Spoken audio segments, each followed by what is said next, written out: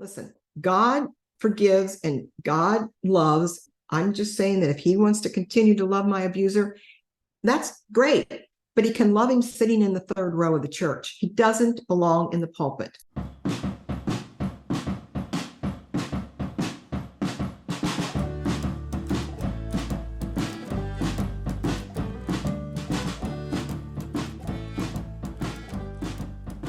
Hi there, thank you so much for joining me. I'm Hecate, and this is Finding Okay, a healing podcast for survivors of sexual assault and any and all abuse. When survivors share, we share strength. You are not alone. In today's episode, I'll be speaking with Sandy Phillips Kirkham. Sandy was very active in her church growing up. Her faith was the center of her life. When she was 16 years old, her youth pastor groomed and manipulated her into a sexual relationship. After years of abuse, she managed to exit the relationship and reclaim her life. Sandy kept her experience a secret for 27 years before she had to face it and begin her healing journey. Today, Sandy is a strong advocate for survivors of clergy abuse as a board member of the Council Against Child Abuse and through her work with the Hope of Survivors. In today's episode, Sandy will be sharing her story, discussing her healing journey, and will be discussing her incredibly powerful book, Let Me Pray Upon You. Before we dive in, if you enjoy the podcast, please consider supporting my work by becoming a Patreon member.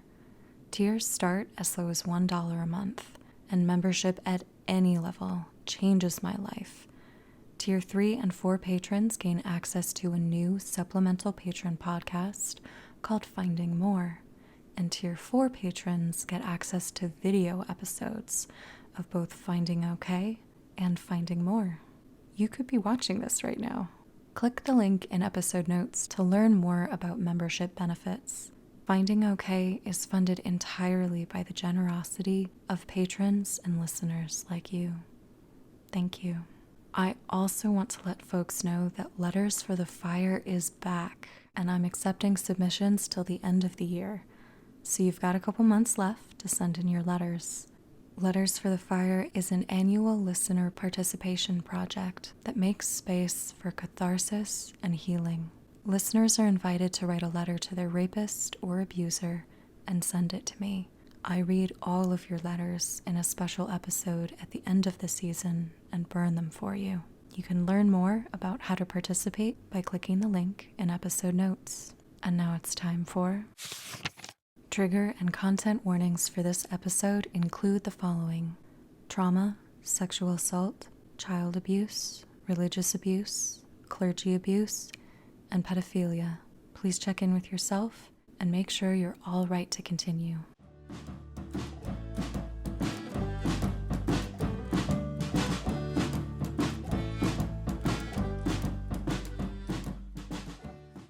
Thank you again for sending me your book.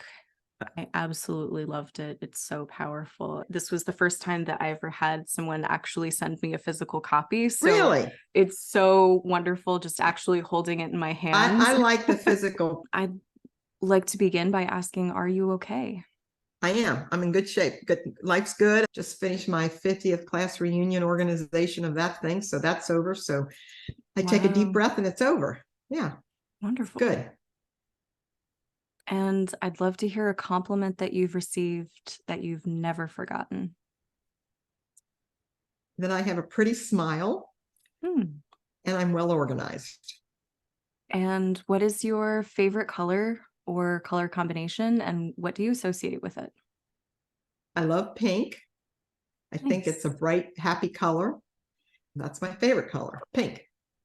All right, I'm going to be switching my little moon lamp behind me to pink for you. Oh, good. If I had to summon you in a ritual, what 5 things would I place as offerings at each point of the pentacle on the floor? I would have a candle. I would have a book. I would have a camera. And I would have flowers. And I would have a picture of my family. Oh, I love that.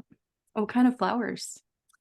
Doesn't matter. I love them all. My front yard and backyard are absolutely covered in every kind of flower. Oh, wonderful. I truly don't have a favorite, and I think they're all in their own way unique and pretty.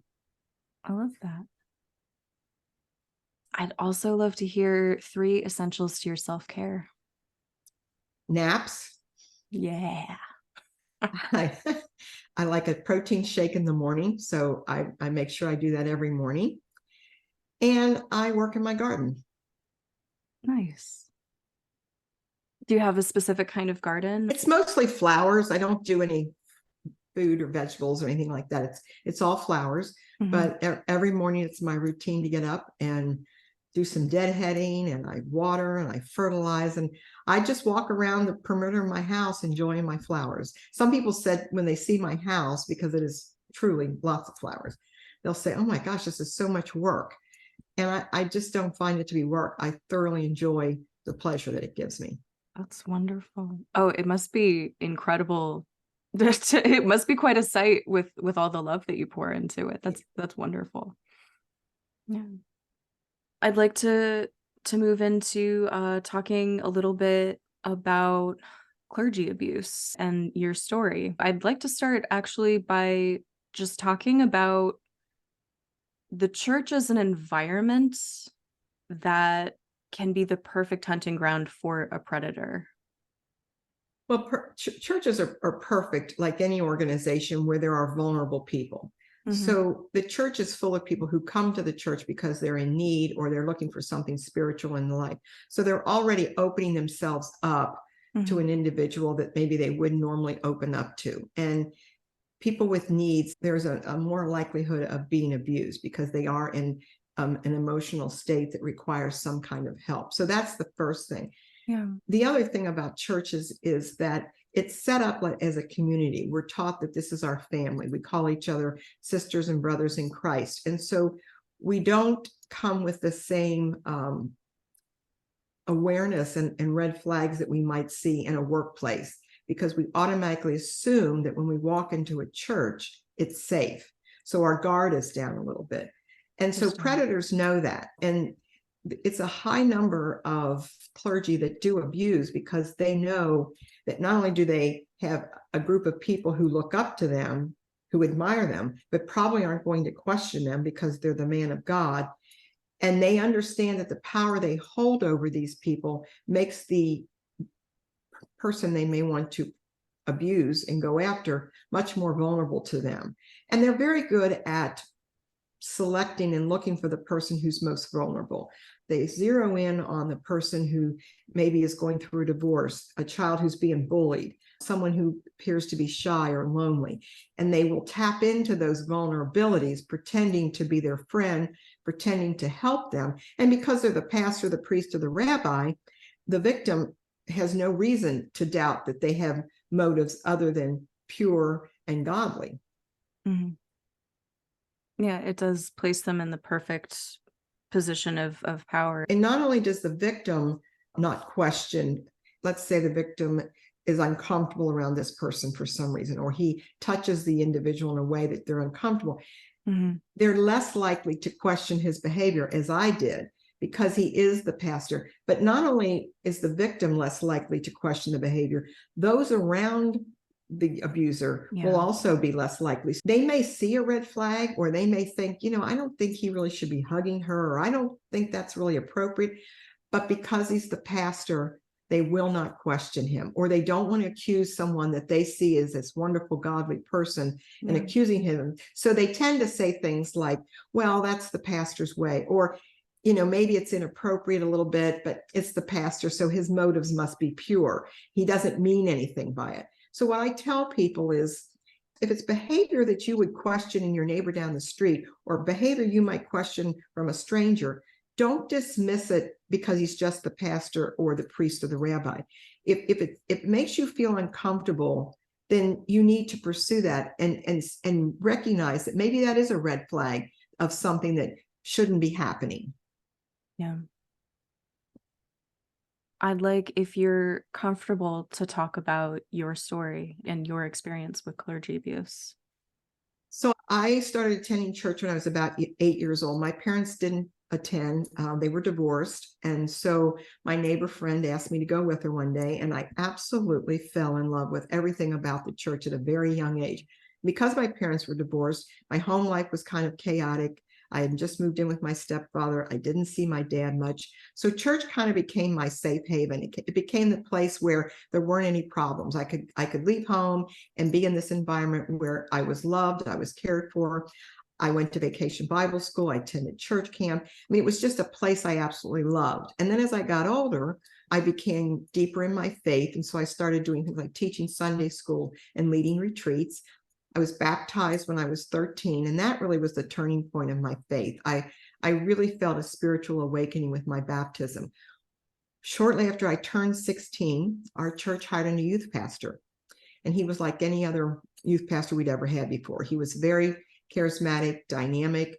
And even though he was about the same age, around 30, that our other pastors had been, he was much more in tune with the kids. He dressed like we did. He wore cutoff jeans. He had sideburns. He drove a convertible.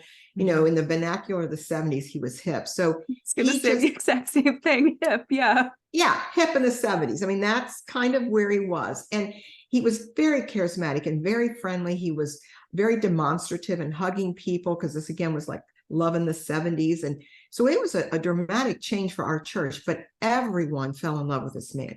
Within a short period of time, our church was growing in numbers. People were coming from all over to hear him preach. He was very, very good.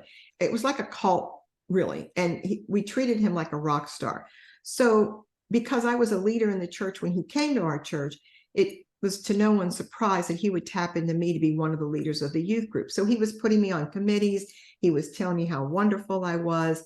And I just was on cloud nine, because I saw that I was helping the church, I was helping God, and I was helping his ministry. And so I didn't really see any red flags in the attention that he was giving me, nor did anyone else. He like I said, he was very charismatic and just demonstrative toward everyone. Mm-hmm. But one night after a youth group meeting, he stopped me in my home in the hallway. It was after everyone had left. And he told me how wonderful I was and how much he appreciated all I had been doing for the church. And then he began to caress my face, and he bent down and he kissed me. And it was a kind of a quick, gentle kiss, but it was on the lips. And I just kind of remember thinking, oh my gosh, what is he doing? I think he just kissed me. But I was so stunned, and part of me was saying, well, this is my youth pastor. He wouldn't be doing anything he shouldn't be doing. So I thought, well, I just misunderstood this. Mm-hmm. I babysat for his family in the evening because his wife worked evenings. So this gave him the perfect opportunity to be alone with me and continue this grooming process of telling me how great I was. He would give me books to read about the Bible. We'd sit and talk about church. Again, none of this seemed out of line for me. And honestly, at that age, I'm 16 years old, I loved the attention.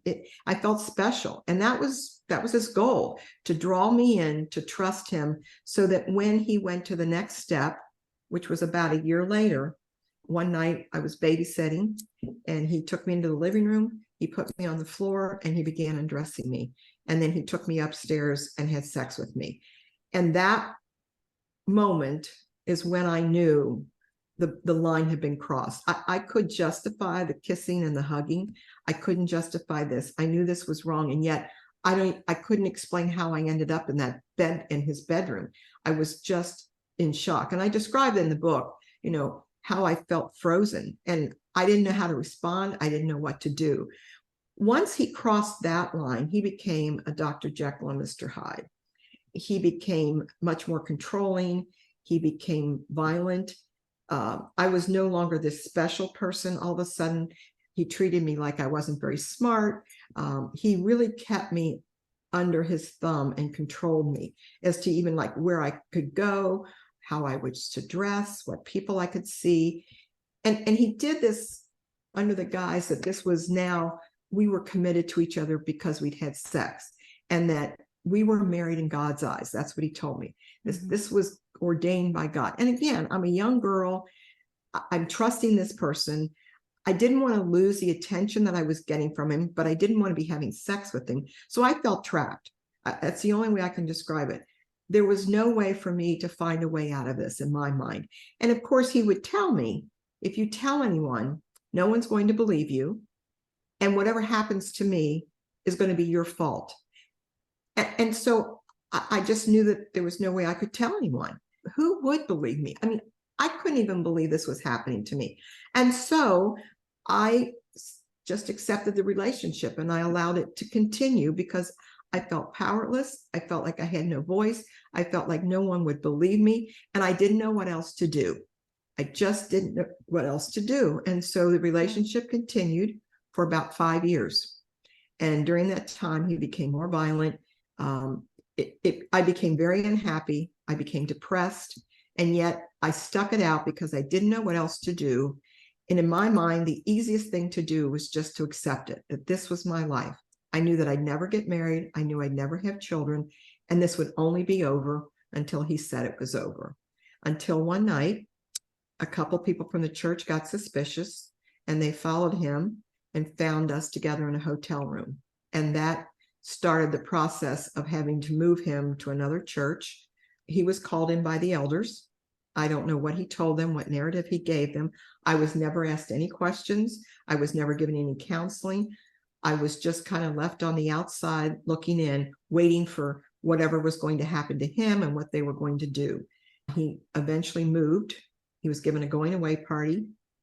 And shortly after he left, I was called in by the elders and I was told that because of my behavior, I was to leave the church. And I was devastated. I absolutely loved that church. And it was the only church I ever knew. And I watched them forgive him, and yet they weren't going to forgive me. And not that I needed to be forgiven for anything, because it was totally his responsibility for what happened.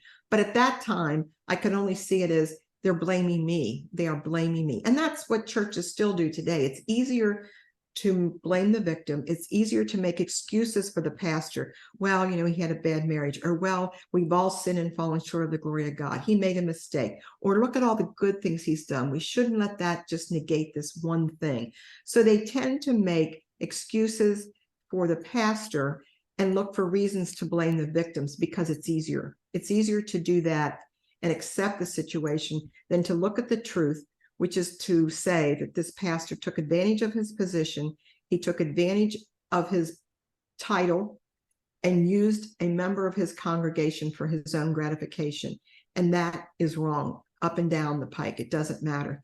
No matter what, it was always his responsibilities to maintain the boundaries of his ministry. And once he crossed those boundaries, anything that happened after that was always going to be his fault. And yet churches don't always see it that way. And certainly my church didn't back then.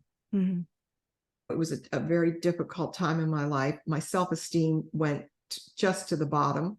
I felt worthless. One of the things that he would tell me over and over, and this is gaslighting, and this is also how predators and abusers keep their victims in line. They tell you things over and over to make you finally believe that whatever he's saying is the truth. So two things he would tell me over and over was, one, that I was no longer a virgin and that no one else would ever want me, and that he was the only one that could love me. And then he would always say to me, there's no way you'll ever be able to leave. You can't leave me. You know that I need you, and you know that I love you, and you can't leave me. And I'm thinking, I'm already confused. So I'm thinking, well, how would I leave him? Who would I tell? I can't get out of this.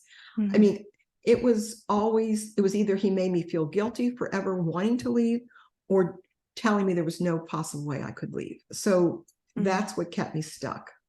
Well, and he was highly controlling in your relationships. He cut off support, and yes, I mean, just built the situation to keep you trapped and kept programming you. Yeah, and in the beginning, he does what all abusers do. They pretend to be your friend. They pretend that they're going to help you with your problems. Because again, they're seeking out people who have issues in their life. They're seeking out people who have a need to be filled. And they're going to swoop in and pretend to fill that need. And in many ways, they might. I didn't see my dad during my teenage years, so he was like a father figure to me. And so he filled that need. But the purpose of filling that need was not because he cared about me. It was to get me to be dependent upon him. It was to get me to trust him, so that when he made that sexual advance toward me, I was going to trust him and not question his behavior, which is exactly what happened. And That's what predators do. The first thing they do is they're going to target their victims. They look for the victim that's going to be most vulnerable, that they feel like they can take advantage of. And then they're going to establish some kind of a trust. They're going to pretend as if this person is someone that they can trust. They want the victim to trust them. And they do this by giving them gifts, by singing their praises, like, putting them on committees like he did with me. They develop a trust. So they targeted the victim with vulnerabilities. They establish a trust. Then they pretend to meet those needs. And then they start to isolate and seclude the individual, because they need that person to totally be dependent upon them. And they don't want them too close to anybody outside that little circle, because the fear that they might tell someone. So they start to pull them away from their friends and their family. And when they finally get them sucked in, then they start to sexualize the relationship. And it can start, as it did in my case, with a quick, innocent kiss. So that if I had told someone that night, he could have easily said, "Oh, I'm sorry, I meant to kiss her on the cheek," or I don't know, or she just misunderstood what I did. So that's why it's very subtle in the beginning. Sometimes it can start with a text that's sexualized, or tell an off-color joke. It starts subtle enough that the victim brushes it off. And then once they've sexualized the relationship, then they keep that victim by threats. If you ever leave me, this is what's going to happen. Or it's by blame and guilt. Well, you're just as much to blame as I am. Or you didn't say no. So, why do you think you are going to not be blameless in this? So all of those things are the tools that predators use. There's this incredible moment when I was reading your story that really stood out to me. And a part of that was he had you under such emotional and psychological control that he was controlling you long distance for a time, Yes. Even after he had been moved to that new position. Yeah. And there was this moment that you broke free where he said, "Well, you have to come, right, this weekend." And you said, "I can't," right, even after he threatened you. And I wanted to ask about that moment and about where you found that strength to say no, and to say "I can't," and to ignore his threats and to break free.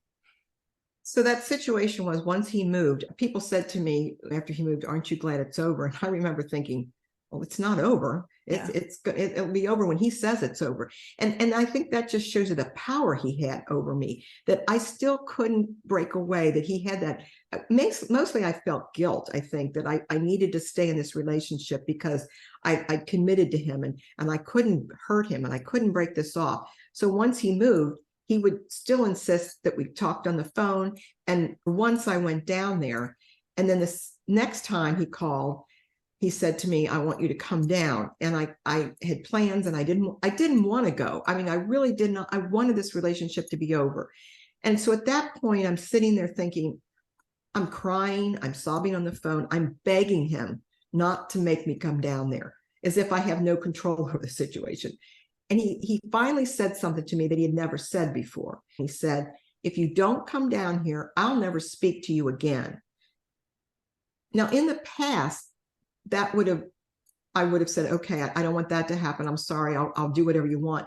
But when he said those words that moment, I took my breath in and I thought, this is your chance. Maybe he will never speak to you again. Maybe this is how you can end it. And I simply said, I didn't say it forcefully. I didn't say, "No, I'm not coming," and hang up on him. I was crying and I said, I just can't. I just can't. And he said, "I'll never speak to you again." And he hung the phone up. That's when we had old phones where you could hang up on somebody. Yeah. And now he didn't keep to that threat. He called me the following week. He would call me after that. But I felt free at that moment because I had stood up to him. As weak as it was, I stood up to him. And I felt then I knew it was over. And that no matter what he said to me after that, now that didn't mean that I still didn't have guilt feelings. It didn't mean I still wasn't thinking about him. It didn't mean that I still worried if I had done the right thing. I mean, this wasn't something that he had controlled me for 5 years and all of a sudden I was free and it was over. I carried a lot of trauma for a long time, but that moment of physically keeping contact with him was finally over. But then for 27 years, I never told anyone. My husband didn't know. My family friends didn't know. There were a few people at the church at the time who knew, because as rumors start, everyone was wondering why he was leaving. And of course, the elders were aware of why he was leaving. And so the gossip mill was going pretty quickly before he left. So there were a lot of people at the church who knew. But once I left that church and started a new life, everyone around me had no idea that, as I perceived it in my mind, that I had had an affair with a married man who had 2 children. In my mind, that's how I saw my relationship with him. I was having an affair with a married man. I did not see it as abuse or understand that I had been sexually abused by someone in a position who was to take care of me and not abuse me.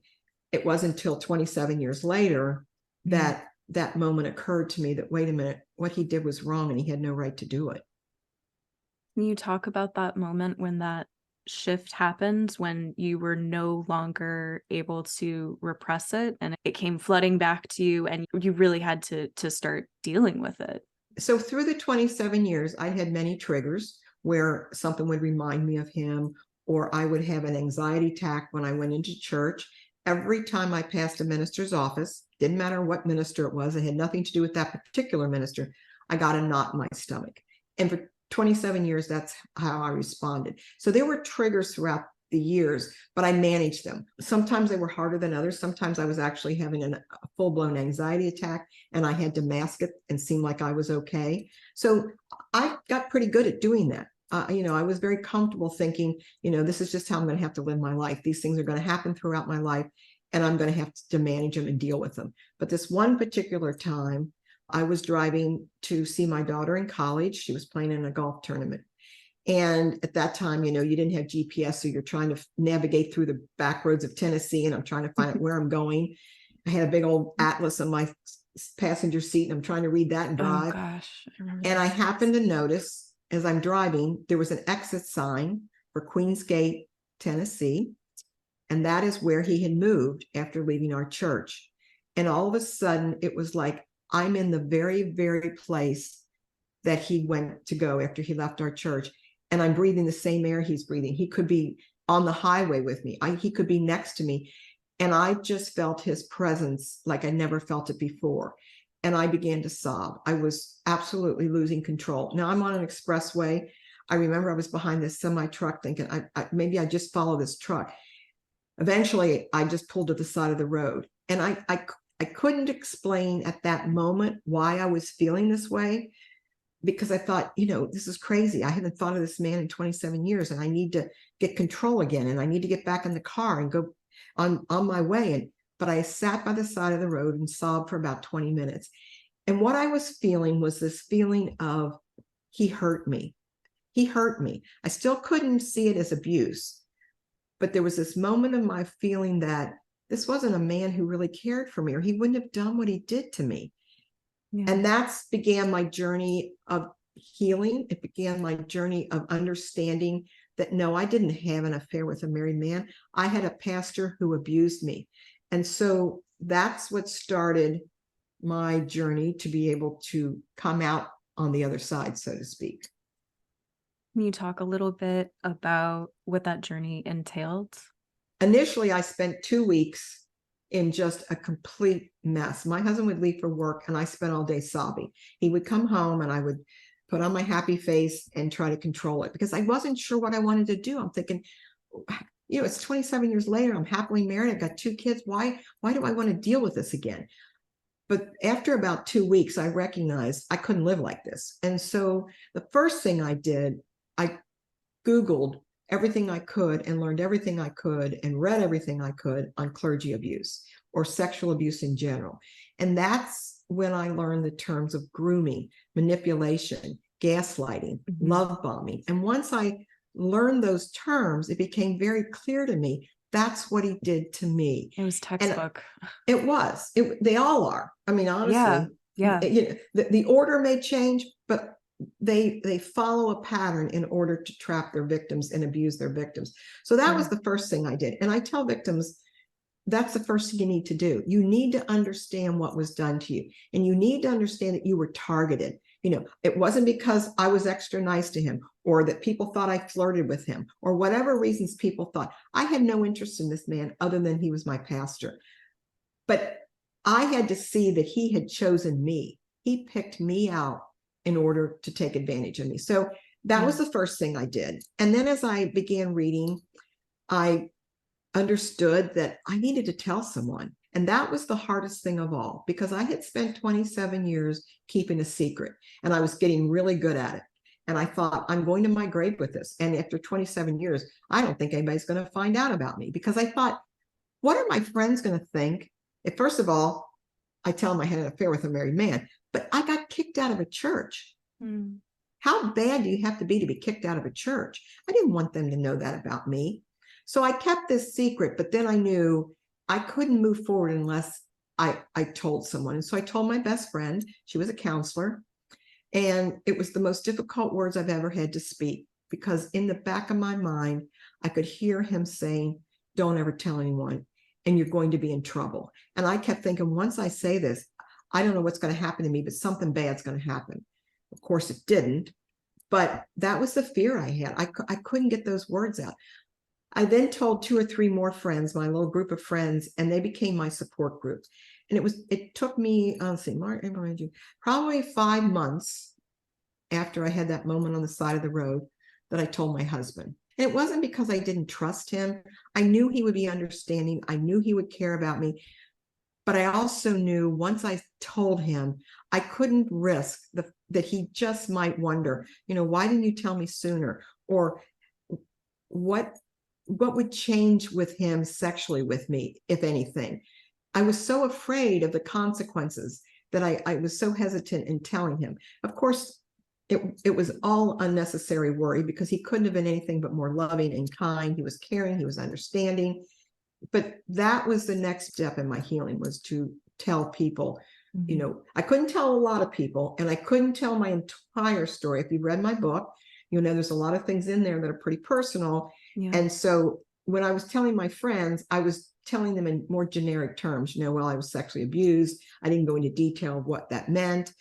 But it was only as my healing progressed that I could let go of those stories in my life, because I had nothing to be ashamed of. I should be able to stand up and say, here's what he did to me physically, because I'm not to blame. It wasn't your fault. Yeah. It wasn't my fault. And that's a real big hurdle for victims to get over, because we think, well, there's something I should have said or done, or why did I not babysit late? Why didn't I do this? Why didn't I do that? Let me tell you, as a victim, if you were truly in a vulnerable spot and this was a true predator, you didn't have a chance. It's like the wolf after the sheep. You don't have a chance. You were trapped. That's the only way to look at it. And so self-blame from victims is one of the hardest things to let go of. What has helped you the most in letting go of that self-blame? Understanding that because of his position and who he was the one that needed to stay within the boundaries of his ministry. He took an oath to guide and protect the congregation, and he broke that oath, and he took advantage of a vulnerable teenager. And that, to me, said, this wasn't about love, like he told me. This wasn't in God's will. I had to unravel all those lies that he told me in order to free myself. And once I could remind myself, and I had to do that, I had to remind myself over and over, Sandy, this was not your fault. You had no choice in what he did to you. It was all his fault. Any shame or blame I felt laid squarely on him. And that once I could really comprehend that and believe it, then I could move on. Now, it didn't mean I still didn't have triggers. It doesn't mean that I still didn't have anger. I tried very hard to let go of him, because I discovered that my anger and my frustration, the lack of any consequences for him, it wasn't changing anything. It was only perpetuating the feelings for him inside me over and over and over again. So the anger wasn't helping. I needed to say, I can't change the past. I can't make him a better person. I can't do anything other than to live my life the way it was supposed to be lived, and not be defined by my abuse. It'll always be a part of me. I can't, doesn't go away. But I had to want to live my life and not focus on what he had done to me. Not easy, not easy. Yeah. I'd like to go back to you telling your husband for a moment, because he was absolutely incredible. And it sounds like he's just just a wonderful, wonderful man. And it's such a supportive partner. I wanted to ask, in case there are partners listening, what was it that your husband did that made you feel loved and supported? I think there were two things. One, as soon as I got the words out that I've been sexually abused by my youth pastor, he just squeezed my hand and just let me tell my story. He listened to me without judgment. I was rambling, I was trying to tell him, and he just listened without judgment. I saw it in his eyes. I felt it in the squeeze of his hand to mine. I knew that moment he wasn't going to blame me. He wasn't going to question me. And then the other thing he did, well, I should say three things. So the second thing was, he said to me, Sandy, this is your story, and no one else can tell you how to live it or what to do with it. You need to do what you think you need to do to heal. So he was allowing me not to listen to people who said, oh, you need to forgive, or you need to do this. He gave me that freedom to let me be me in my own story and to do what I needed to do to heal. And then he said to me, I want you to know that whatever happened before doesn't matter to me now. It doesn't matter. I love you the way I did before you told me this, and I'm going to love you the way I did after. I say to a partner, and it's difficult, I'm sure, to have to conjure up that image of your spouse being abused, or especially if it's in an adult situation. It's still not the woman's fault. And I think that's harder for husbands to understand, because again, they took advantage of the sheep in their congregation. A vulnerable woman is still vulnerable and can be taken advantage of. So I think to say, let them tell their story and be supportive without judgment. He didn't ask me any questions. In fact, what he said to me was, you tell me as much as you want to tell me. So in other words, there were things that I didn't want him to know. He didn't care. He did not need to know the details. Only what I wanted to share was what he wanted to hear. And that allowed me then to go ahead and pursue whatever I needed to do to heal. And one of those things, as you know, if you've read the book, is I confronted my abuser 27 years later. And that's what I want to talk about next. Yeah. That was amazing. It's absolutely incredible. I just want to let you talk about that. Wow. Yeah, it was a wow moment for a lot of reasons. I had lost contact with him, obviously. I hadn't had any contact with him for 27 years, so I didn't even know if he was alive or where he was. But I hired a private investigator. He found me ministering in a church in Alabama. And I had my investigator call him and tell him this is who he remembered me, obviously. And he tried to get out of meeting me. He said that he had changed. And one of the things he said, well, if she knew the agonies on my list, she'd feel sorry for me. And I'm like, oh my gosh, no, I don't really want to feel sorry for you, but I do want to confront you, because I needed to be able to look him in the eye and say, I know what you did to me and it was wrong and you had no right to do it. For me, that's what I needed to do. I think my husband was concerned that he just didn't feel like that this guy was going to give me anything back, that he was going to say whatever he needed to say just to make sure I would go away. And that's kind of what happened. But for me, it still was valuable in that I was able to look him in the eye and confront him. I don't recommend it for all victims because it takes a lot of courage. I think you need a huge support system, which I had. I also say to victims, if you're going to confront, you need to go in with very little expectation.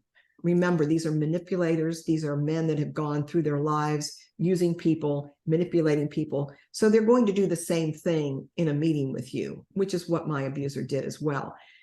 My biggest fear of seeing him again was that I would turn 16 all over again and let him control and manipulate me in the meeting. That didn't happen. No, it did not. He walked into the room. I didn't feel much of anything. I prepared, I would say 10, 15-minute little speech that I wanted to give, and I memorized it because I didn't want to forget anything and I didn't want to get off track. So I was very specific in what I said to him, and that's in the book. But the other thing that I did, which I think was really the most helpful, I wanted to find a way to let go of this man, whether it meant that I had to forgive him. I don't know what it was, but I thought, I can't move on unless he really knows what he did to me. I don't think he had a clue. Well, I know he didn't have any idea of the pain that he had caused me and how he had damaged my spiritual life. And so I made a list of about 20 things. And I started off with saying, I was wrong when I kissed you in your home that night. I was wrong when I touched you. I was wrong when I took your spiritual life and contaminated. I was wrong when I hit you. So I went through about 20 things, and I asked him to read the list. Because even if he didn't believe that he'd done all those things or that he was sorry for them, I was letting him know, this is what you did to me. You took my spiritual life and contaminated it. I can no longer go to church and feel the same way I did before I met you. My trust in people is different than it was. He took a lot from me, and I wanted him to know that. It's easy for people to say, oh, I'm sorry. And he did. He said, well, I'm sorry. I shouldn't have done that. But I'm thinking, what is it you're sorry for? Done what exactly? And I loved that you listed it out and made him actually face what he had done. It was so incredibly powerful, and I'm like, it's so inspiring, and I'm blown away by it, truly. And I think that's true of any apology. You need to articulate, I'm sorry for the time that I made you feel whatever. I'm sorry that I was rude to you that day, whatever it is. And then add to it, and when I made you feel that way, it must have hurt. I mean, really, apologies need to be a 2 or 3 minute vignette of something, because just to say you're sorry doesn't get it done. It just doesn't get it done. Now, he said he was sorry. Does that mean he was? I don't think so. There were a lot of things he said during the meeting that indicated to me that he still didn't grasp it. But at least for me, I had that confrontation, and I am very grateful that I did. Did it bring me everything I'd hoped? No.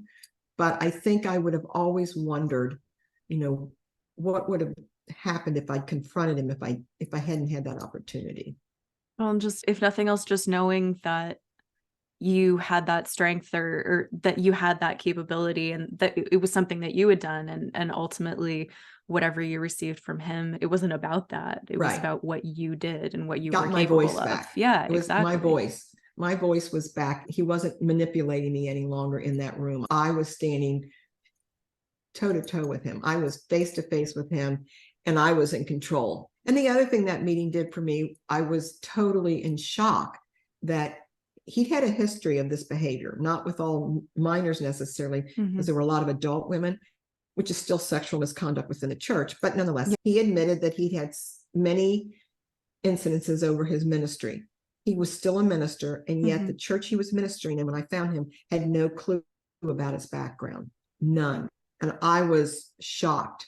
So one of the things I said that I was going to do, I was going to write his 11 elders and just simply say that the congregation needed to be aware of this man's past.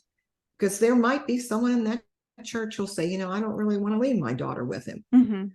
Yeah. So I wrote 11 letters to the elders. I'll let you guess how many wrote back. You got a guess? Out of 11? I'm trying to remember, because you wrote so many people over the years. Right, I did. Trying to get So at that point, it was none, right? Right. No, not one of them responded. Yeah. I mean, I think I put that letter in the book. It wasn't hateful. It wasn't vengeful. It wasn't. I simply was expressing my concern that this man has a history of sexual abuse. He said in the meeting he'd have been identified as a sexual addict, and yet no one in that congregation was aware, and no one was watching him. The answer I got was, well, God changes people. Okay. Well, I think people still have a right to know who's in their ministry and who's preaching them every Sunday. I mean, this was a man, this is how evil he could be. This was a man who preached on the sanctity of marriage on a Sunday morning after having sex with me on Saturday night. He had no remorse for anything that he ever did. None. He was a narcissist. He only looked out for himself. And he was very good at manipulating those around him, so that when he was caught, and I'm sure it occurred many times in the churches wherever he went that he got caught, he had endeared himself so much to the people around him that they did not want to blame him, and they wanted to forgive him, and they wanted to find a way to keep him in the ministry. He's still a pastor today. I think he's semi-retired. Yeah. I mean, that's what churches do. They embrace these men without understanding the consequences. They don't have a right to do that. I mean, the other thing I need to tell you, I wasn't his first victim. When he came to our church, a girl from his first church came forward and accused him of sexual inappropriate behavior. He didn't deny it. He said it was true. He was so sorry. He would never do it again. It was a big mistake. He would never do it again. Within 6 months, he was kissing me in my hallway. So when these churches say they forgive these men, or that they're going to give them second chances, they're only giving them a second chance to reoffend, because these men have repetitive behavior. This is not a one-time thing. And even if it is, crossing the boundaries of their profession is a reason for dismissal. I mean, if they want to do God's work, go to the hymnal factory and bind hymnals, whatever it might be. But they've lost that privilege of ministry by their own actions. No one has forced them out. It's not the victim's fault. When they decided that they were going to have any kind of sexual contact with a member of their congregation, they were willing to risk their ministry. And when they are caught, they are to be removed. That's the end. The ministry should be forfeit. You wanted to be a minister? Yes. You couldn't hack it and go do something else. Yes, exactly. And it's like any profession. As a nurse, if I were caught stealing narcotics, I lost my license. A stockbroker who's found with inside trading, I mean, he might be a great guy and they can find him another job, but he is no longer ever to be a stockbroker, because every profession has a line that you cannot cross. He probably could steal money from the treasury and still be a minister. I don't know. But once you have crossed that line of taking advantage of a member of your congregation, that's dismissal. And that doesn't mean, listen, God forgives and God loves. And I'm just saying that if he wants to continue to love my abuser, that's great. But he can love him sitting in the third row of the church. He doesn't belong in the pulpit. And then I question whether a pedophile who is around children should even be in the church. He should probably be sitting in the church basement watching it on TV. Seriously. Because these men, they sit there and think and watch a 10-year-old child come down the aisle about undressing her. They may never physically ever do anything, but they don't have the capacity to change that mentality of how they view children. Well, and that's why we keep them away. The church's continuous decision to just keep shuffling them around and keep them in power and continue providing them access to new victims is baffling. They don't have a right to do that. When they hired my youth minister and they found out about the first incident, they wanted to forgive him. They wanted to give him a second chance. By doing that, I became collateral damage. I became the result of their willingness to allow. And really what they were saying was, okay, we're going to keep him. We're going to make sure that he doesn't lose his job over this one incident way back when. And she came forward and we're going to forgive him. I mean, what they're saying is we're going to keep him and we're going to risk every girl and every young woman in that church. Yes. Every single is at risk. Child or woman, girl, like whoever that particular person chooses or tends to target, they're all disposable. Because this man's forgiveness or salvation or standing is more important than literally all their lives. And they'll look at, he brings in people, he brings in money, he's such a good speaker, and they want to feel sorry for him. And here's the other thing about that. I get it to some extent. Look, this is a man that baptized their children. This is a man that married them. This is a man who sat by their mother's bedside when she was dying. So they have a personal connection to him. And so they don't want to see him as that light. They want to find a reason to forgive him. So they either blame the victim or they fall back on scripture and use it incorrectly by saying, well, God forgives me, I should forgive him. We all make mistakes. All of those things are the excuses that they use because they can't face the truth. If they face the fact that they've got a pedophile in their midst, or they've got a man who cannot be trusted around women in his church, then they've got to do something. And they don't want to do that. They want to embrace this man and forgive him and give him a second chance. And no other occupation or profession does that. Listen, if you were a high school teacher, there would be no discussion he would be fired. Yeah. And there would be a registry, like Yes. every single school would be able to see that that teacher were a problem. Yes. They would be untouchable. As you started doing advocacy work and looking into trying to hold this man accountable, or at least make sure that people were informed, so that the Yes. churches that he was interacting with had the ability to, and the congregations had the ability to make that informed decision about this man. What you were interacting with was this complete lack of oversight, where one hand didn't know what the other one was doing, or just these files about his behavior were just disappearing or being hidden, and it was just a continuous, just this endless string of people who were covering up for him. Yes. And just shuffling it all away. And as you talked about, the enablers that he kept bringing into this, I can't remember the name that you gave him, but the person that you had originally contacted that was the head of his current church. Yes. You approached this man thinking, well, of course you would want to know, and then discovering, oh, he already knows. Yeah. And thinking, well, of course you would care, and then gradually understanding, oh, you're his friend. Right. And right. All right. And it just, that was his supervisor who was in the meeting as well. His comment to me at one point was, well, you're describing someone that I don't know. And I wanted to say, of course I am. That's the whole point. Yeah. You don't know him. You think you do. And so when I met with him the following day expressing my concerns, and basically I was told, this happened 27 years ago and has no validity to today. And then when I told him I was going to write his 11 elders, he writes this 3-page letter to me, which I think that itself speaks volumes if people read this 3-page letter, because basically he tells me, if you write this letter, and this is a quote, you will be responsible for the downfall of the church and for the downfall of people's spiritual lives. I would be responsible for that, for telling the truth. So that there again, here is blame the victim, make her feel guilty, and maybe she'll go away. Yeah. The letter is just incredible. And he talks about how my abuser is now is a father figure. Well, that's exactly how I saw him. I mean, and he shouldn't be making those excuses. When he sat in that room, and when my abuser sat in that room and said, I've been identified as a sexual addict, that should be enough to stop it right there. That should be enough. And it wasn't. At one point, his supervisor says to me, well, I trust my 14-year-old daughter with him.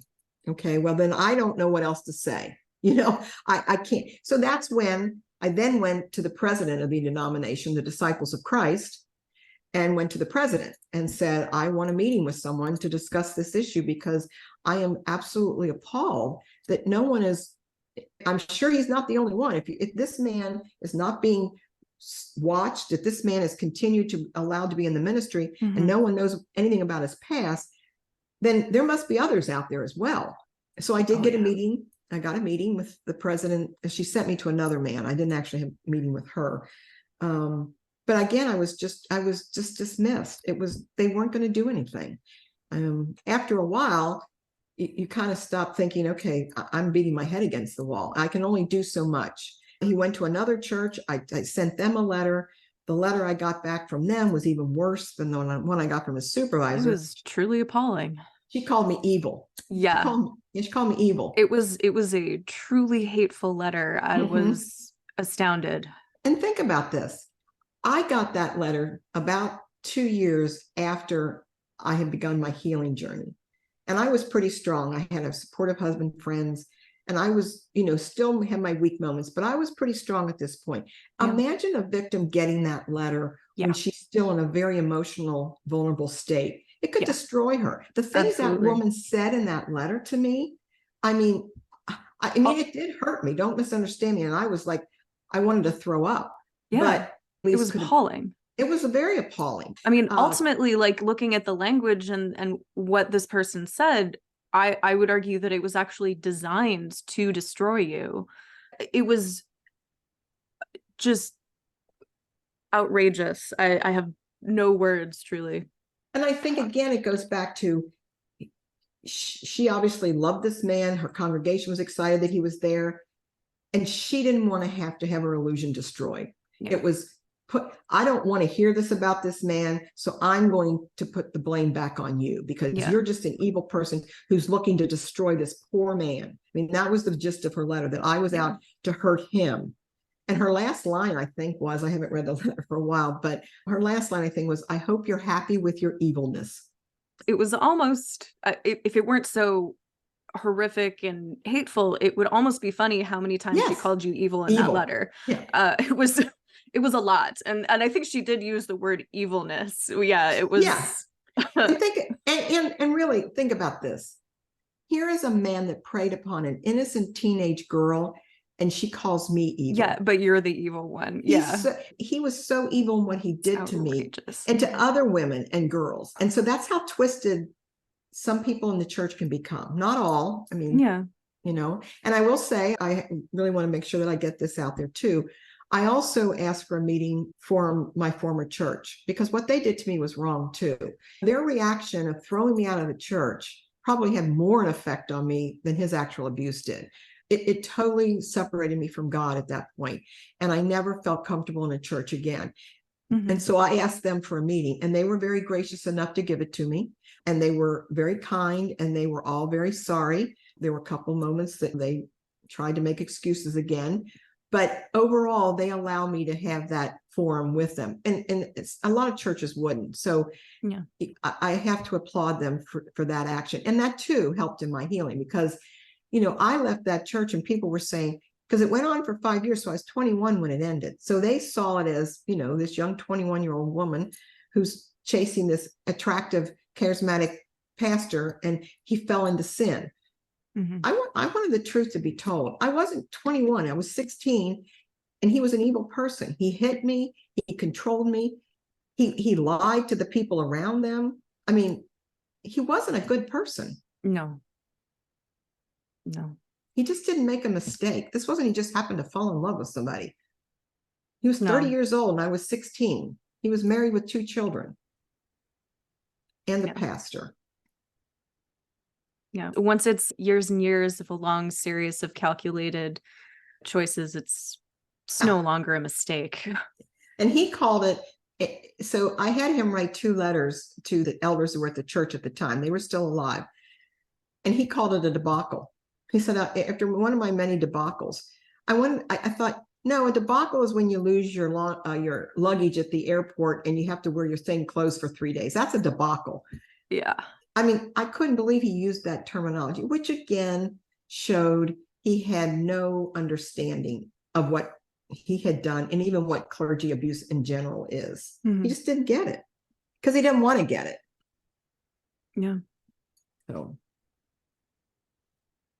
So I did want to talk about the effect that this had on your spiritual life and ask what role spirituality plays in your life or in your healing now. The effect it had on my spiritual life was devastating. I never felt comfortable in a church. As I said earlier, I got a knot in my stomach when I walked past a minister's office.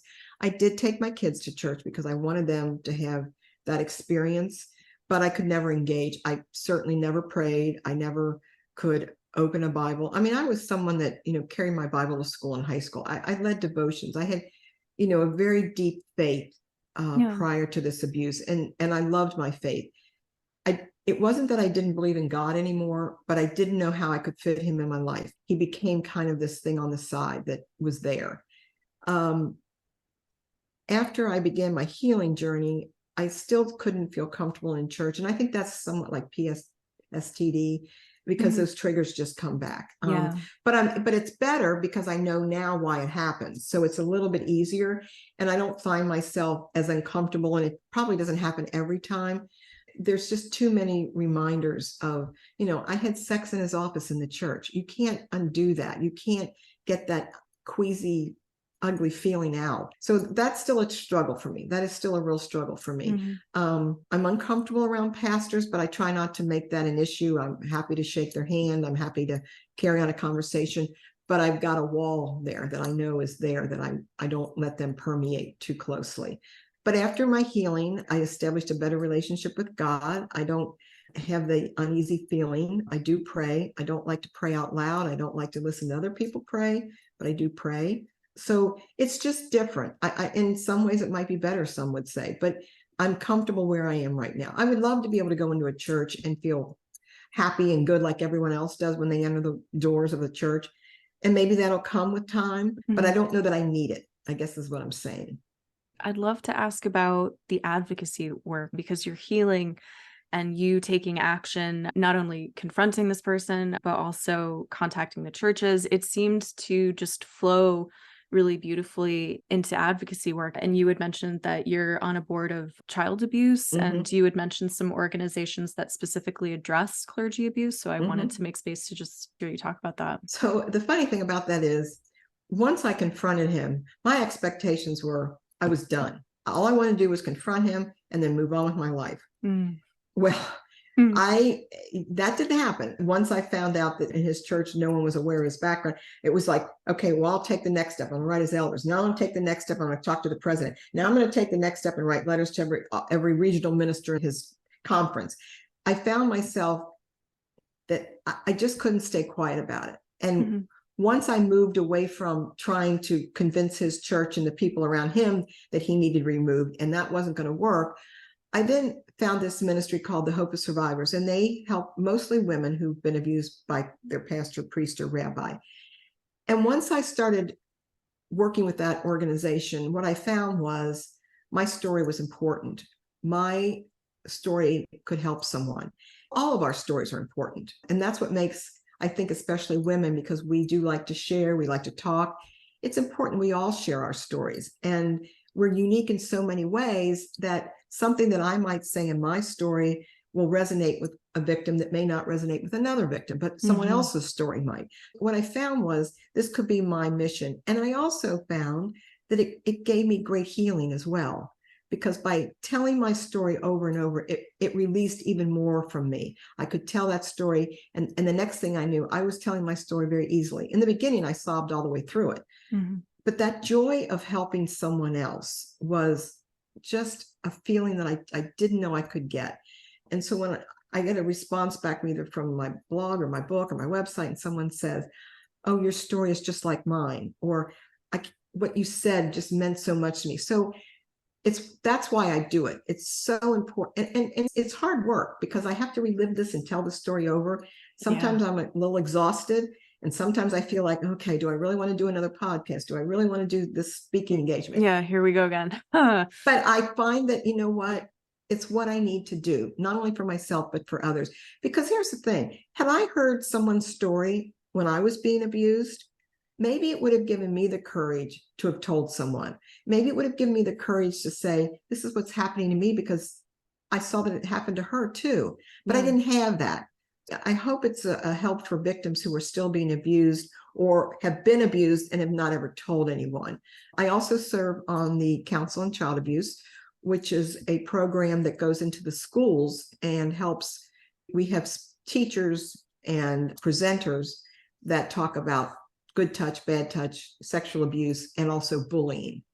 Because so many kids who are sexually abused have been bullied and have low self-esteem. So if we can stop some of that bullying ahead of time, we could also maybe prevent future abuses.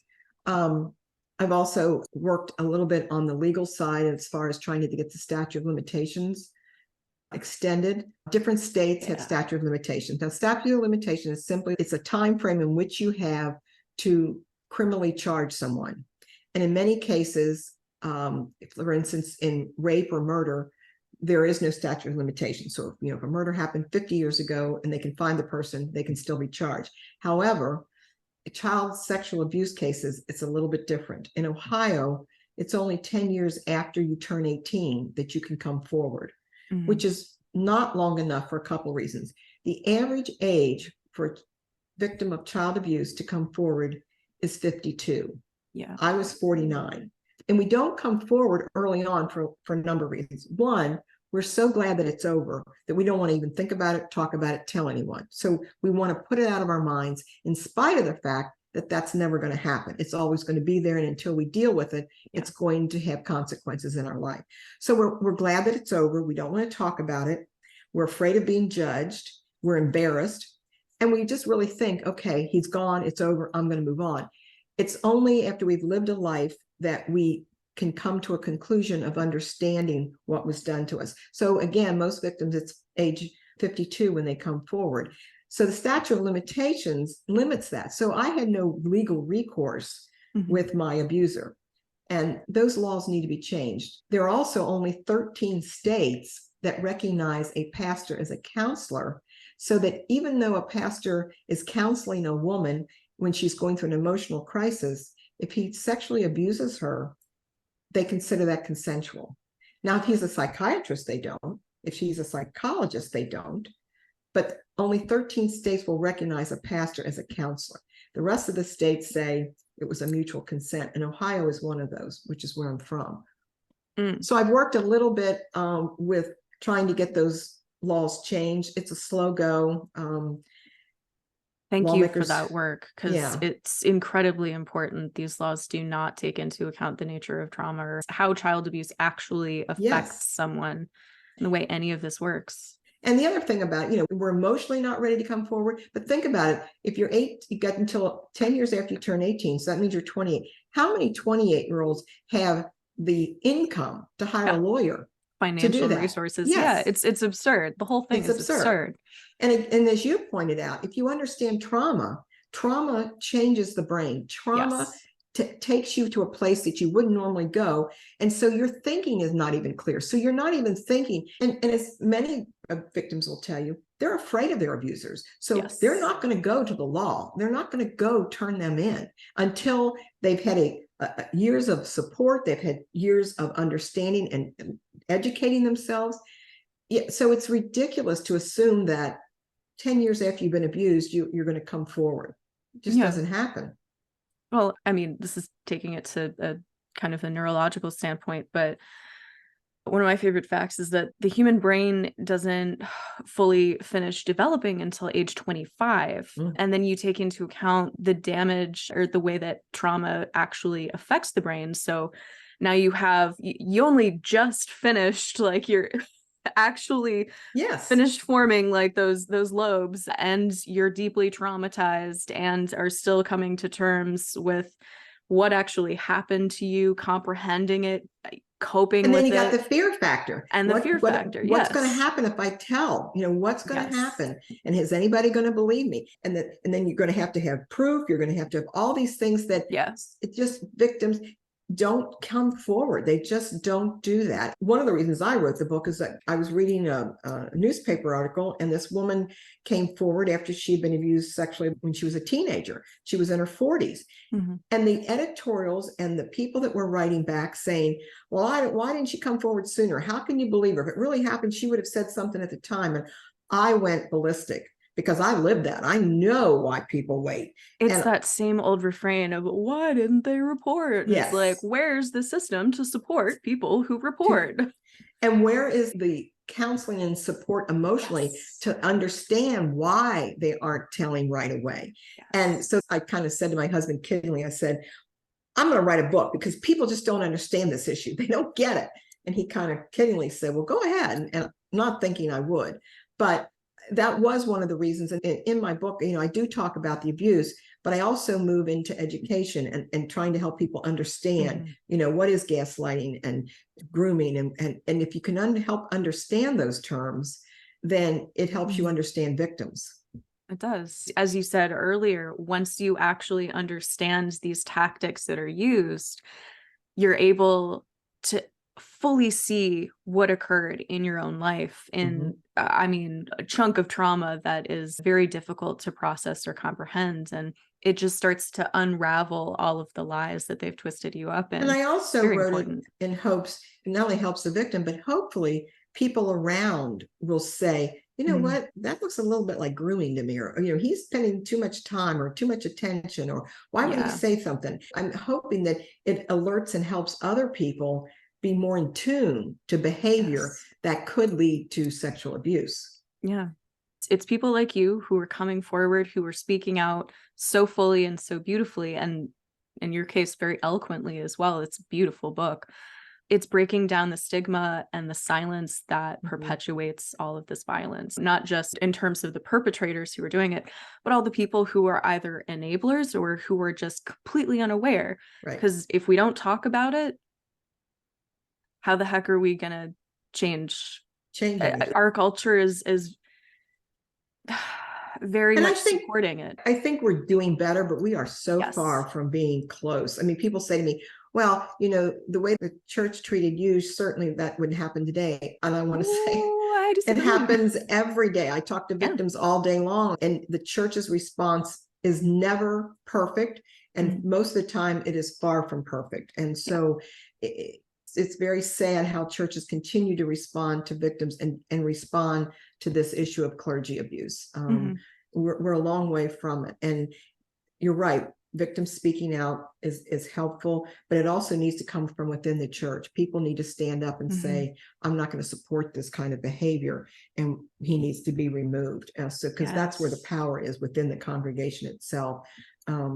But every little bit helps, and every little bit of progress. And like I said, when this was occurring with me, this topic wasn't even on the radar. So we have come enough of a distance to at least start this conversation, and that you and I can sit here and have this conversation that we couldn't have had 20 years ago. Yeah. Well, and I mean, Me Too is a lot of people, hold that up as like, well, it happened, now we did it. And it's like, no, that's just the first step. Exactly. We got to keep this going. If you get complacent, then all of a sudden it's on the back burner and it's all over again. So I'm happy to do the work that I do, and I do think it makes a difference, and there's purpose in the pain. I mean, that's what I've discovered. And let me say this too. I don't want any victim to feel like, well, I could never do that. You don't have to do this. I just encourage victims to tell someone. And I would encourage you, if your abuse occurred within the church, to tell someone outside of the church. Find someone you can trust outside the church and tell them. And just telling one person, a counselor, or maybe there are plenty of, on the web, there are places where you can go and find support groups for these kinds of things. The Hope of Survivors has one, actually. And so you can even express yourself that way. But you need to talk about your abuse, because it will never. I saw a quote, I think it's in my book, and I think it was an unknown quote, but that which you choose to bury, you will always carry. So it's important that you tell someone. And this is coming from someone for 27 years, wasn't going to tell anybody. So I understand how hard it is, but it's so important to at least tell one person and tell your truth. Speak your truth, because that is what's going to set you free, and it's going to be the first step in your journey of healing.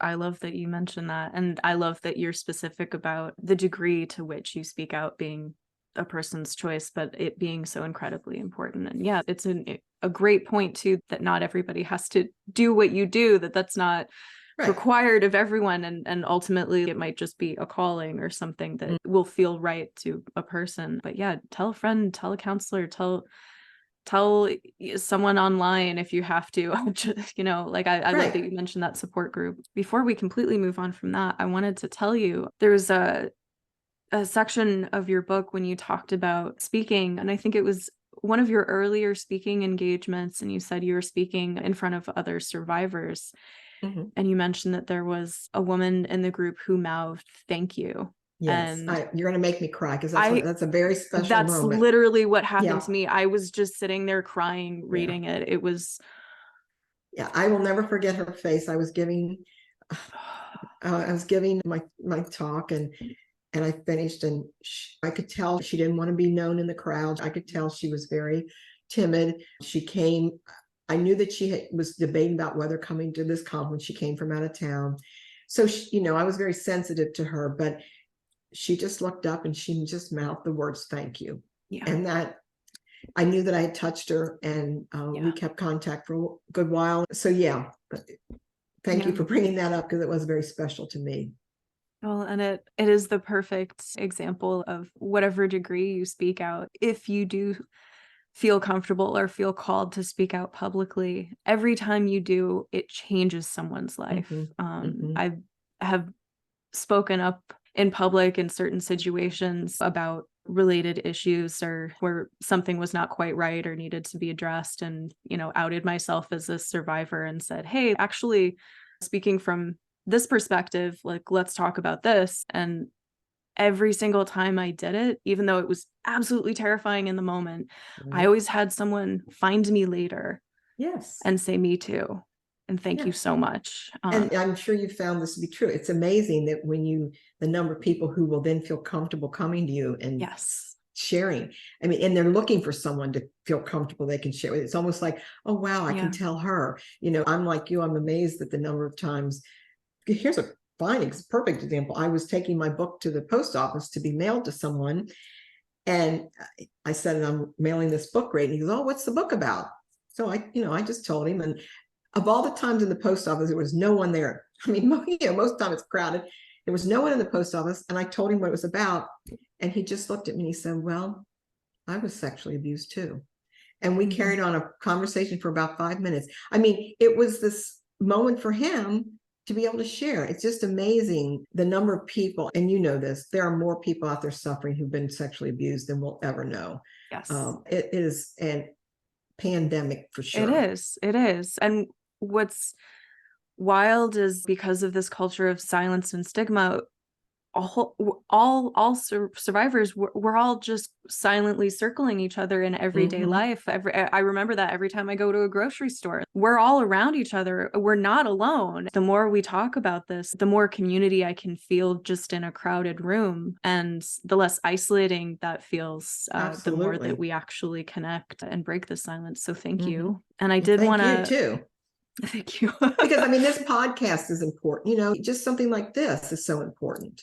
I mean, it was really just, this was born from the conversations that I was having with survivors in my own life. And I was thinking, wow, I've found so much healing just connecting with other survivors, and maybe just making these conversations public is ultimately a part of what will help change the culture. So I appreciate your voice as well. I appreciate you. And thank you so much for coming here. I did want to ask about writing the book and the effect that this had on your healing journey. Initially I wasn't sure I would publish it. I told my story in bits and pieces, but I had never really put it all together, and I'd never really gone into the detail.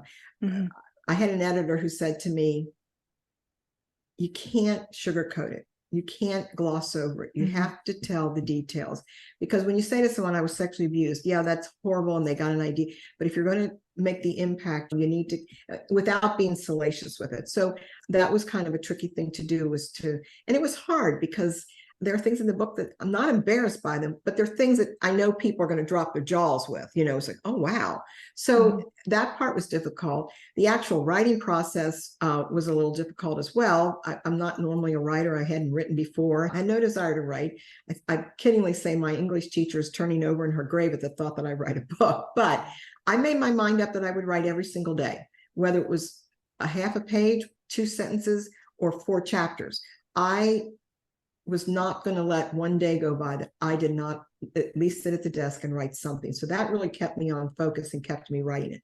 As I was writing it, it was reliving it all over again. And so there were some chapters that were very, very difficult to relive.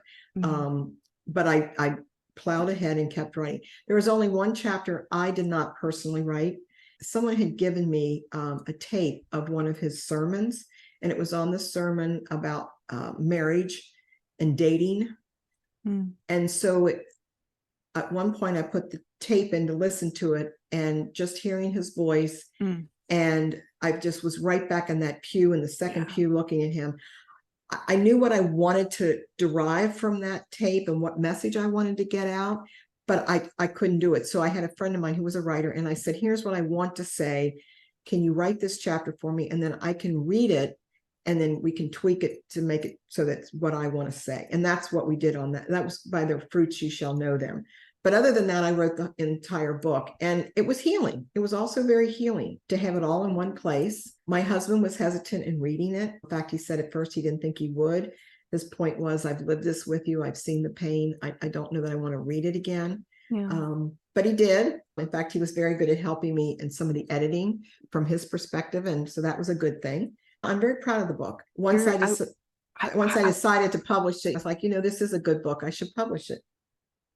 It's incredible. I was so surprised to hear you say that you had never considered yourself a writer, because you're an incredible writer. Well, and it's a fantastic book, and you did such a beautiful job of not sugarcoating it, but just walking that fine line of how to tell it honestly. And I mean, the word you used was salacious, but like it was perfect.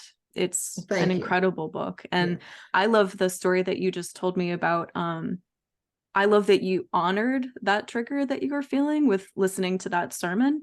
And I love that you reached out for support to your support Right. group. And that's a really thank you That's so much for important. sharing Yeah. that story, because that's Yeah. just the perfect example of honoring what was really coming up for you and seeking support and figuring out how you needed to write the book in a way that was helpful. Right. And that's the point we're trying to make here today, is that we're not alone, and you don't have to do this by yourself, and you can get help and support. And connecting with other survivors is, I think, crucial. I attended a support group. It was a Catholic group, because there wasn't anything for Protestants, but just attending that support group was really, really instrumental in my healing as well. But I hope you can see that's the book. And like I said, I'm just really happy with the book. It wasn't my intent to write one, but I'm glad that I did.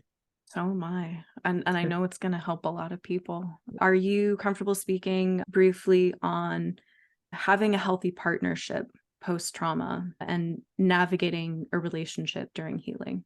Yeah, I can accept that. I think I was the exception. I didn't have as much difficulty being intimate with my husband as a lot of victims do, because my husband was so different than this person.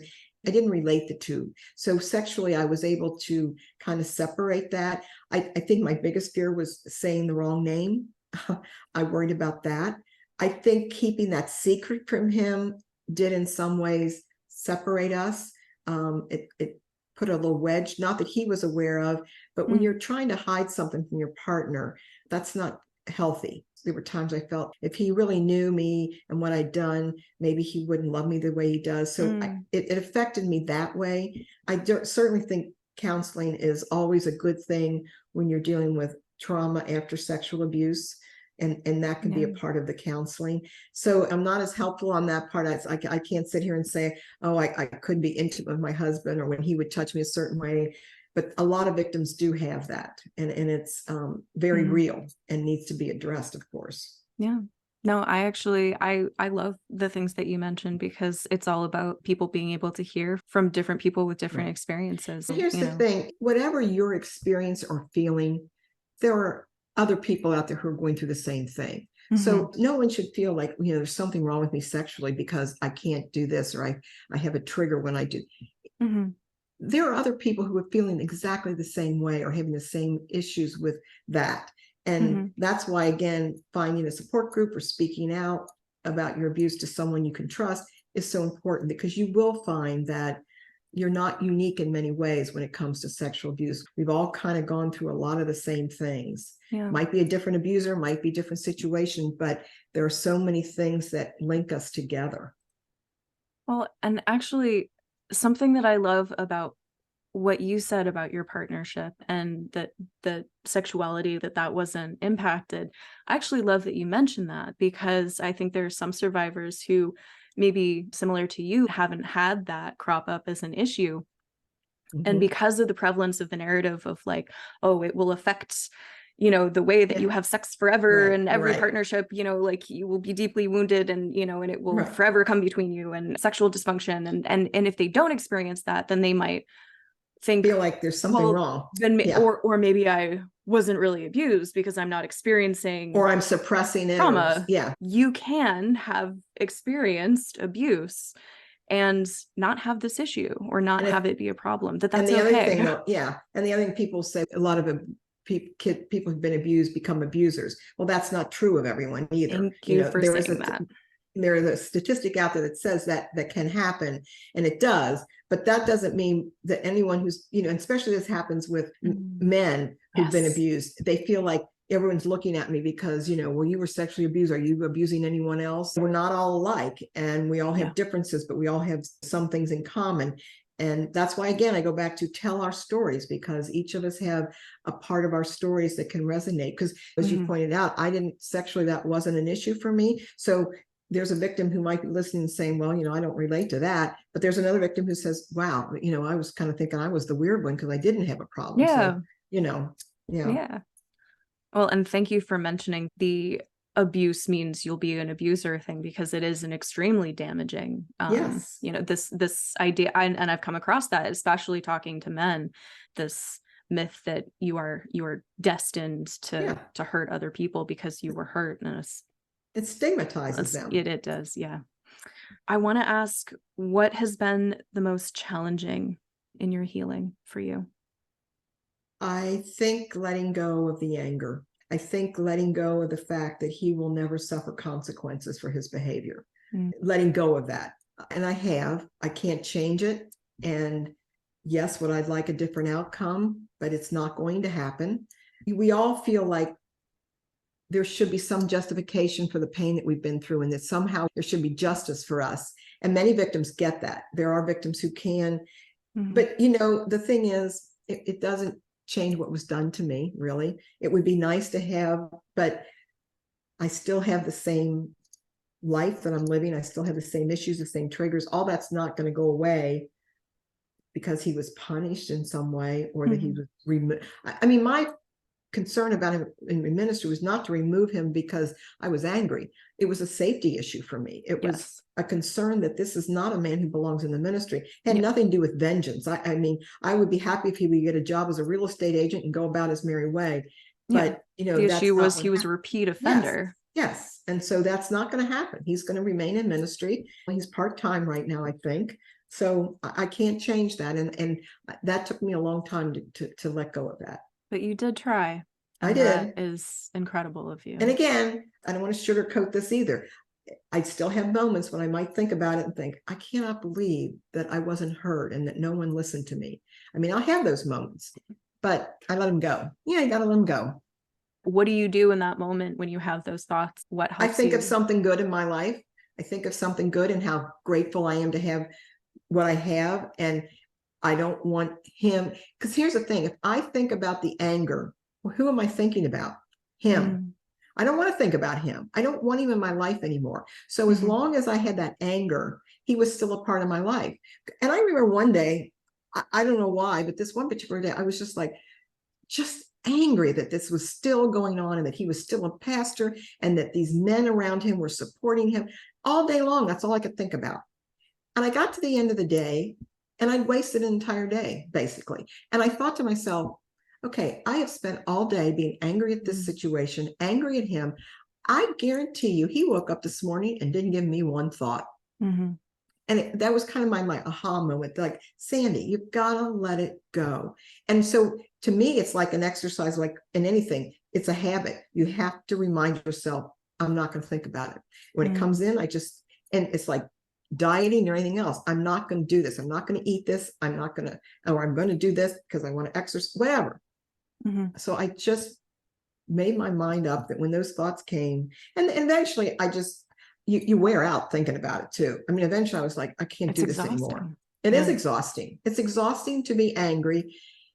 And it's exhausting to think about something that you cannot change. And you've done about everything you can to do that. But I just was tired of thinking about him. I mean, I just thought, this is ruining my life. He ruined it for 27 years. Now he's ruining it again. Let it go. Let it go. Well, and I love you mentioning that you had this entire day of anger, because as you were talking, the way it kind of happened in my head was like, it's like that day is one more thing that he would have taken away from you. Absolutely. So that was very helpful for me. Thank you for talking about it. And I want to ask, where have you found strength and support? My friends, certainly my husband, but my friends, there's nothing like girlfriends. I mean, let's just say it. Girlfriends are powerful people to have around. That's been probably my biggest support. And of course, like I said, my husband. But then I've also found support with the Hope of Survivors in interacting with other survivors. That's been strangers that have been through this. That's been a support. And I love, like reading about the topic itself gives me support, because it continually reminds me, this is what it is, and this is what was done to you. I tell victims, let me tell you, this didn't just happen to you. It didn't just happen. This was done to you on purpose with meaning and a target. So I think it helps to understand that too, that, you know, again, you were helpless in this situation. Yeah. Do you have anything that you would like to say to the survivors who are listening? There is hope and there is healing. It's going to be a bumpy road. Sometimes you take 3 steps forward and 2 steps backwards, but healing is possible. And it, again, it's always going to be a part of your life. It will never go away, but you can move forward. You don't forget it, but you can move forward. And I would suggest counseling, telling someone, and reading all you can about clergy abuse or any kind of abuse, so that you can become educated and understand what was done to you. And above all, it was not your fault. Whatever you think you could have done, should have done, you did the best you could with the coping skills that you had at the time, and you were taken advantage of by a person that you should have been able to trust. Thank you so much. This has been absolutely incredible, and I'm just so grateful for you and your time and your beautiful book. Thank you. Well, Just thank you. endlessly thank you. I'm really excited about this episode. I really enjoyed talking to you. I enjoy talking to you. You're a delight. I mean, I hope I didn't talk too much, because I tend to start rambling. And absolutely thrilled whenever somebody is willing to just like really talk about this stuff. So this has been fabulous. Thank you. Good. Yeah, and I'm so endlessly grateful, and thank you so much. This has been fabulous. I'm happy to have done it. I really enjoyed that. Like I said, you're great. And I do appreciate you doing this in your voice. I do, because this is, thank you. You reached a lot of people this way, and you're a very good host. So I'm grateful. And I just know that you have an impact on people, and you should be very proud of that. Thank you so much. That means a great deal to hear that. So well, I really appreciate it. Thank you so much. Thank you. Have a beautiful day. You too. Bye-bye. Thank you so much for listening. Please check episode notes. There you'll find links to Sandy's website, her incredible book, Let Me Pray Upon You, and resources for those who may also have been affected by clergy abuse. Episode notes is also where you can find all my links so that you can check out my website, follow me on social media, subscribe on YouTube, and catch me live on Twitch. Shout out to all my patrons that made today's episode possible. Thank you, Emerald, Christopher, Meadow, Mark, Kathleen, Betty, Ashley, Sadonka, and Bryony. You all mean so much to me, and none of this would be possible without you. Thank you. Today's episode was edited and produced by me, Hecate. The music is Your Heart is a Muscle the Size of Your Fist, used with the permission of Ramshackle Glory. Thank you again for listening. This has been Finding Okay. Black Lives Matter. Take care of yourself. Your heart is a muscle the size of your fist. Keep on loving, keep on fighting, and